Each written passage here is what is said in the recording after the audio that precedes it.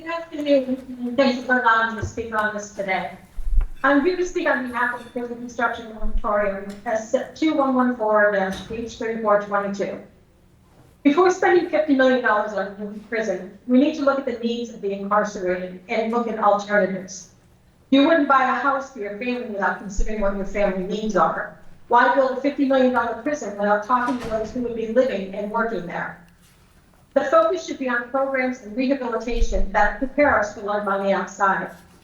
Currently here at Framingham, the only trades we have are culinary arts, cosmetology, and sewing and industries.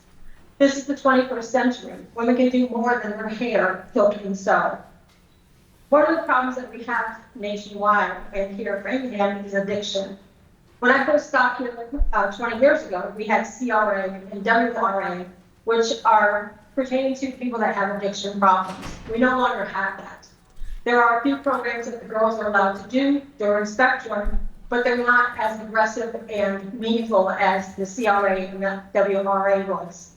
We also offer methadone here, which to me is just a legal way of getting high.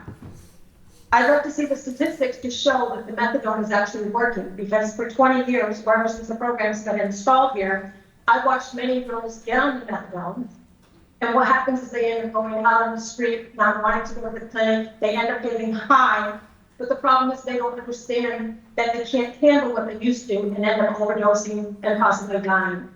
I'm tired of seeing these young girls come in here so high that they can't even go to programs. They can't carry on the conversation, but because they're on methadone, this is the reason why. We need to focus on helping them with their addiction, not just putting a Band-Aid on it. The other problem that we have is with classification. In 2021, the South Middlesex closed. It held 125 people. And yes, our population was over 600 people.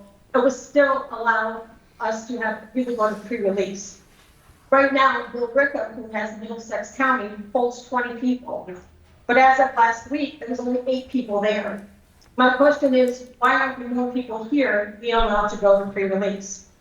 The population would be substantially smaller if the classification process was actually followed. We need to have more trades in education. We need to have more programs for addiction, for healthy relationships, and domestic violence. We need housing for the aging population.